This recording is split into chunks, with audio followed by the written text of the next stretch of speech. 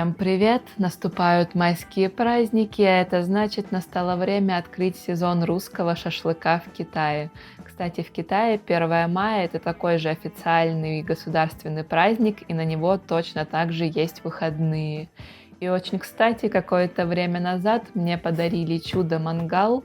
Он жарит мясо точно так же, как и обычный мангал на углях, но благодаря своей полностью закрытой форме шашлык на нем можно пожарить прямо в помещении. Так что сейчас я быстренько распакую это чудо-устройство, а потом опробую на нем разные виды мяса. Ну а ты пока не забудь подписаться на мой канал, чтобы не пропускать новые видео, и обязательно ставь палец вверх. Ну и погнали распаковывать!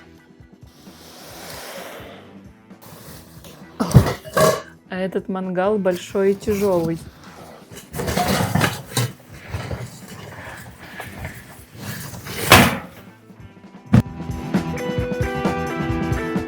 Очень много маленьких шампуриков. Этот мангал рассчитан на приготовление сразу 30 шашлычков.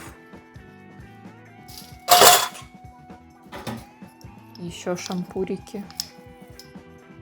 Вот это, я думаю, сердцевина мангала, в которую складываются угли. Крышечка. Сеточка для барбекю. Вот, собственно, сам корпус мангала похож на гигантскую кастрюлю.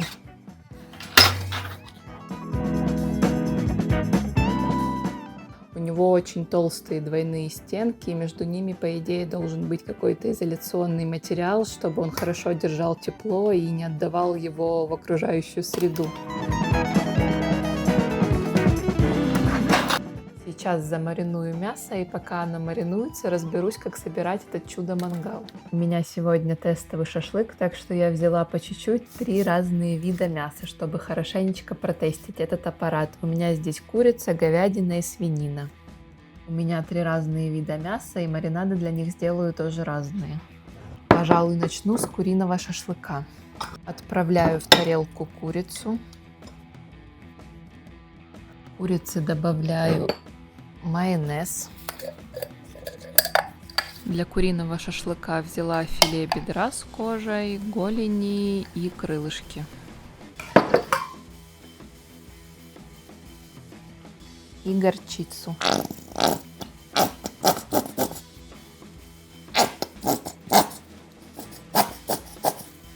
Солим.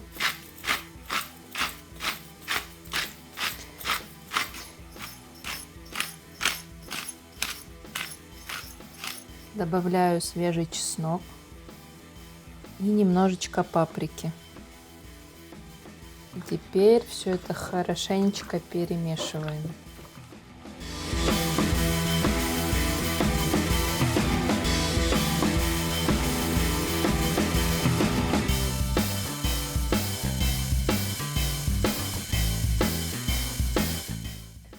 Отправляю говядину в миску, добавляю минеральную воду. Для шашлыка из говядины взяла пиканью и еще говяжьи ребрышки. Растительное масло.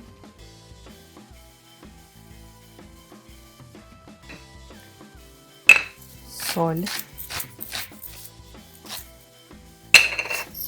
Перец. Соевый соус.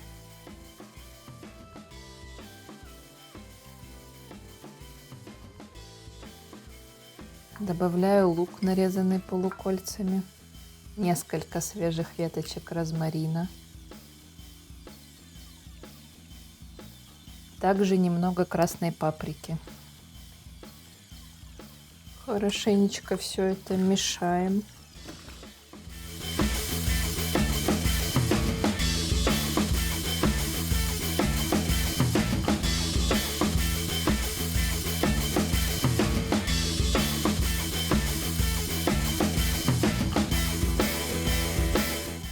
Ну и осталась свининка, отправляю ее тоже в миску.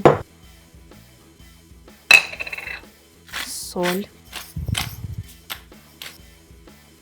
перчик, выжимаю немножечко лимонного сока.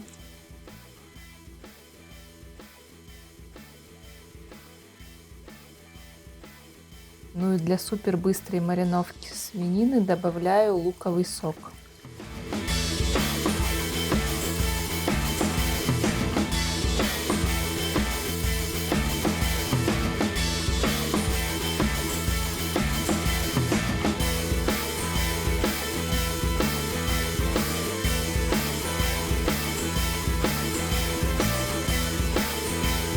Но пока мясо маринуется, соберу мангал для интровертов. Чего только в Китае не придумают, уже можно пожарить шашлык, не выходя из дома, прям сидя на диване.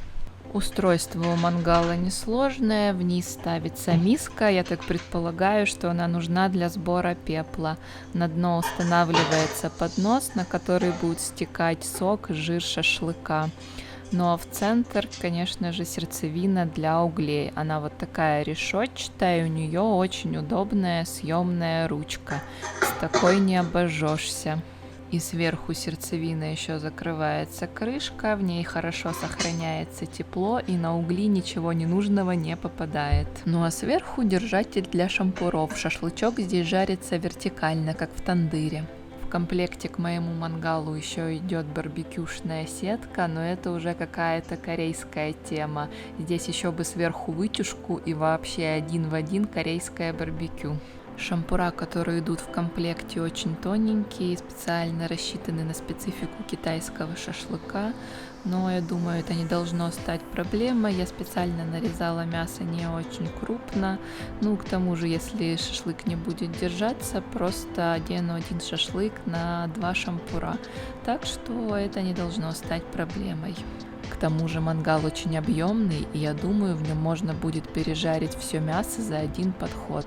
Это круто сэкономит время и силы.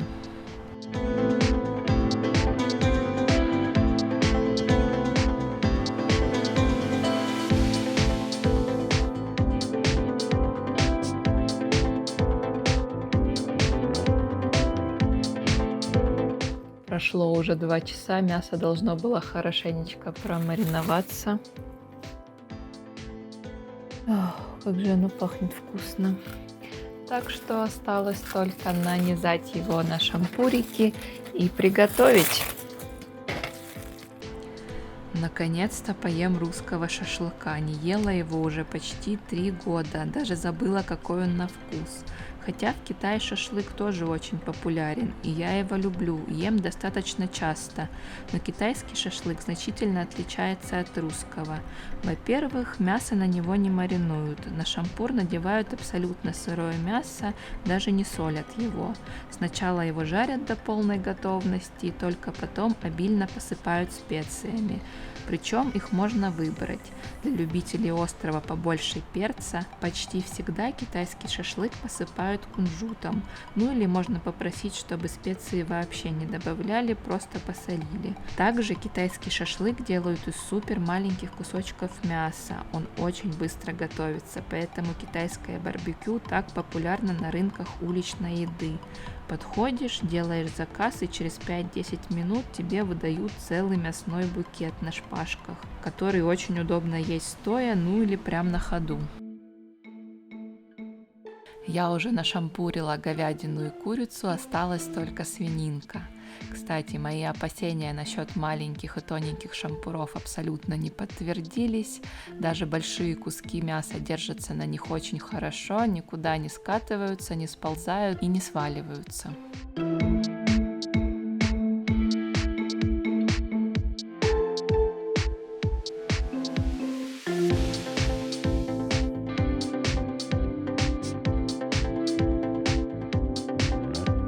О, мне попались угли в форме сердечек. Это так мило. Уголь для китайского барбекю супер спрессованный до состояния таких вот угольных камней, похожи на гигантские угли для кальяна. Но, собственно, и разжигать угли я буду по кальянным технологиям на электрической плитке.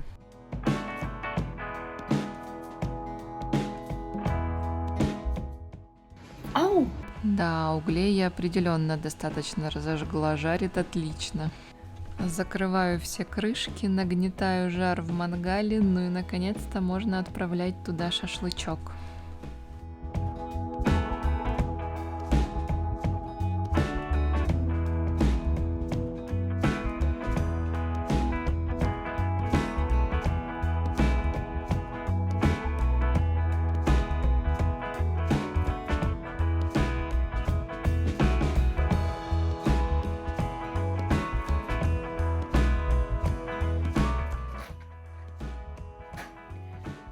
В общем, что хочу сказать об этом мангале.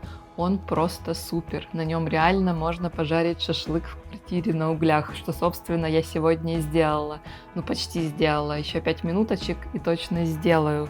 Во-первых, он абсолютно не греет воздух вокруг себя. Он вот здесь вот, он не огненный, не раскаленный, он просто горяченький. А снизу он вообще полностью холодный. То есть его можно ставить на любые поверхности, он ничего не расплавит, потому что снизу он не греется. Нету никакого ни дыма, ни тумана, просто запах готовящегося мяса. Даже сама еще не верю, что пожарила шашлык на углях прямо в квартире. Это реально работающая штука, на которой можно пожарить шашлык на углях прямо в помещении. По-моему, звучит как что-то очень крутое. Процесс уже идет полным ходом, шашлычок хорошо подрумянился, нету абсолютно никакого ни дыма, ни брызг, а запах от него просто фантастический. Ну а предвкушение вкуса вызывает обильное слюноотделение.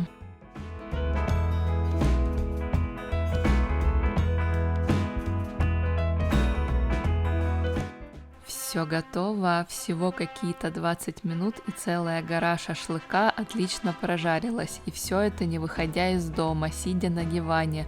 Просто какая-то магия вне Хогвартса.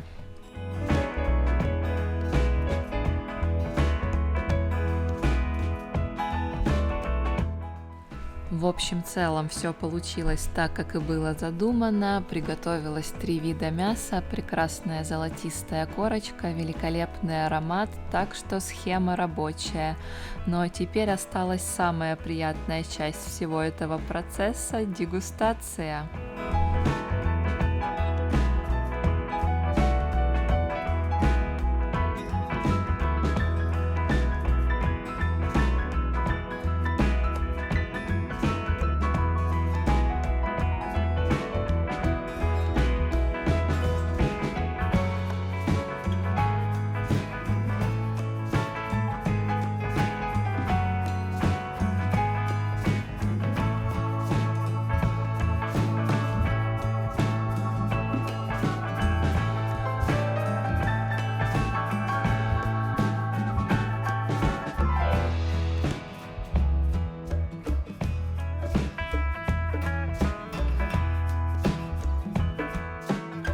Брала себе шашлычную тарелочку, зажгла камин для атмосферы, налила бокальчик красного вина, так как оно помогает железу из мяса усваиваться лучше. Ну давайте уже наконец-то пробовать, что получилось.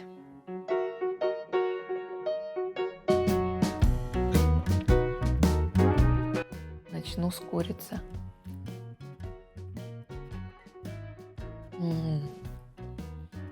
Курочка получилась сочная. Маринад мне нравится, вкусный.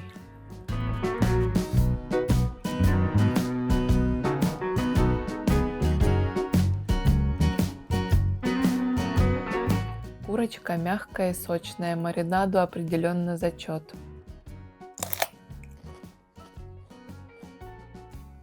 Пробую свинину. Ну, свинина получилась немного суховато. Но вкус мне нравится. Вкус хороший, но суховато. Ну и осталось попробовать говядину. А говядина неплохая получилась. Жуется как стейк.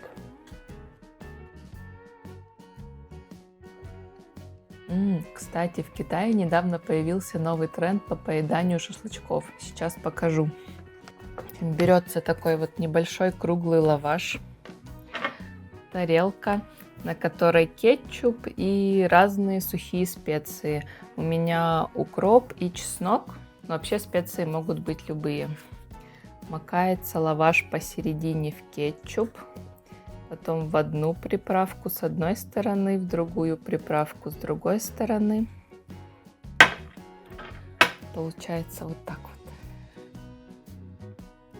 Потом берется лаваш, шампур с шашлычком.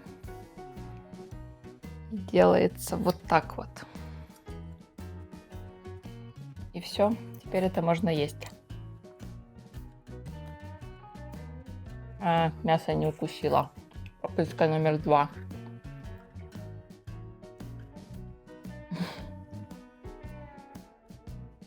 Вот как-то так сейчас едят шашлычки в Китае.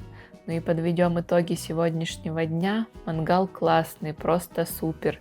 На нем реально можно пожарить шашлыки на углях прямо в помещении. Это очень круто. К тому же у него еще есть дополнительная сетка барбекю, которую, я думаю, очень скоро опробую. Так что обязательно подписывайся на мой канал, чтобы не пропускать новые видео, и ставь палец вверх. Увидимся в следующем видео.